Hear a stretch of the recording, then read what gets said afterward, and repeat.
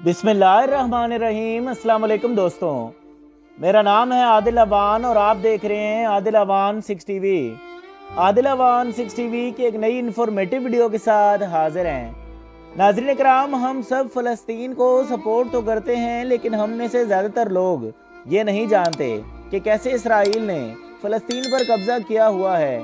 हमारी कोशिश होगी कि इस वीडियो में हम आपको आसान अल्फाज में इस मसले के बारे में बताएं।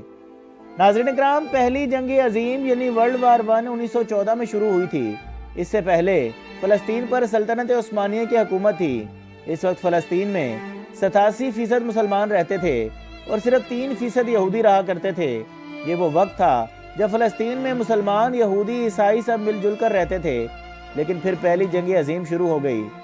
1918 में ये जंग ख़त्म हुई और इसके बाद बरतानिया ने फ़लस्तीन का कंट्रोल संभाल लिया। नाज़रीन इकराम, यही वो वक्त था जब फ़लस्तीन में यहूदियों की तादाद बढ़ना शुरू हो गई। 1920 से 1938 तक फ़लस्तीन में 3,20,000 यहूदी आकर बस चुके थे। ये सारे यहूदी अरब से फ़लस्तीन आ रहे थे। उनका प्लान यहूदियों के लिए एक अलहदा स्टेट बनाने का था। ये लोग फ़लस्तीन में ज़रूरी ज़मीनें खरीदना शुरू हो गए थे। इन ज़मीनों पर जो फ़लस्तीनी किसान काम करते थे, ये लोग उनको भी वहाँ से निकाल दिया करते थे। बहरहाल अब फ़लस्तीन के लोगों को ये बात समझ आ चुकी थी कि उनको उन्हीं की ज़मीन से बेदखल किया जा रहा है।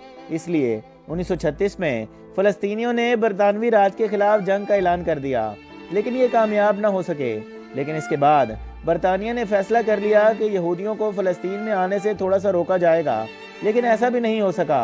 1 सितंबर 1939 में दूसरी जंग अजीम शुरू हो गई। इस वक्त यूरोप में यहूदियों का कत्लेआम हो रहा था और यहूदी लाखों की तादाद में फिर से फ़लस्तीन आ रहे थे।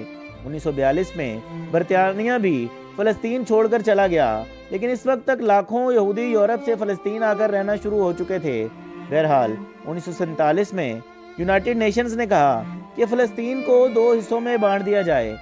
55% हिस्सा यूरोप से आने वाले यहूदियों को दे दिया जाए और 45% हिस्सा फ़लस्तीनियों को, यानी जिन फ़लस्तीनियों की अपनी ज़मीन थी, अब उन्हीं के पास सिर्फ 45% ज़मीन रह गई थी। यूनाइटेड नेशन ने यह भी कहा कि यरूशलेम, जहां मस्जिद अक्सा वाक़या है, ये एक न्यूट्रल जगह होगी। नाज़रीन इकराम, यही वो वक्त था जब इसराइल ने खुद को एक स्टेट डिक्लेयर कर दिया था। फ़लस्तीनियों को समझ में आ चुका था कि उन्हीं की ज़मीन को चुराया गया है। इसलिए 1948 में अरब मुल्कों की इसराइल से जंग शुरू हो गई। इसी वजह से इसराइल ने फ़लस्तीन के 78% हिस्से पर भी कब्जा कर लिया था। 1967 में इसराइल और अरब मुल्कों की फिर से जंग शुरू हो गई और अब इसराइल ने फ़लस्तीन के और भी हिस्सों पर कब्जा कर लिया था, जैसा कि गज़ा और वेस्ट बैंक का इलाका। और इसराइल ने यरूशलेम पर भी कब्जा कर लिया था, जो एक न्यूट्रल जगह थी। 1980 में इसराइल ने यरूशलेम को अपना कैपिटल भी बना दिया था और जो 4 लाख फ़लस्तीनी वहाँ रह रहे थे, उनको सिटीजनशिप से भी महरूम कर दिया था। इसके बाद इसराइल यरूशलेम में फ़लस्तीनियों के घर वगैरह तबाह करना शुरू हो गया। उन्होंने 2 लाख यहूदियों को भी यरूशलेम में बसा दिया, जो कि जाहिर सी बात है गैर कानूनी है। नाज़रीन इकराम, कहानी का खुलासा ये है कि 100 साल पहले फ़लस्तीन में फ़लस्तीनी ही रहते थे। लाखों यहूदी यूरोप से उनकी जगह पर आकर रहने लगे। उन्होंने फ़लस्तीनियों की 55% ज़मीन पर भी इसराइल बना दिया और फिर आहिस्ता आहिस्ता बाकी ज़मीन पर भी कब्जा कर लिया।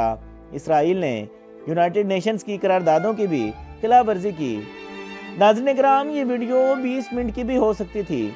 हमारी कोशिश थी कि छोटी सी वीडियो में हम आपको ज़्यादा से ज़्यादा मालूमात दे सकें कि इसराइल ने कैसे फ़लस्तीन पर कब्जा किया। उम्मीद है आपको हमारी ये काविश पसंद आई होगी।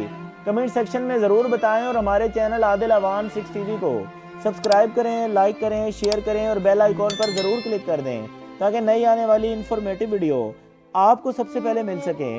बहुत शुक्रिया, जज़ाकल्लाह, अल्लाह हाफिज़।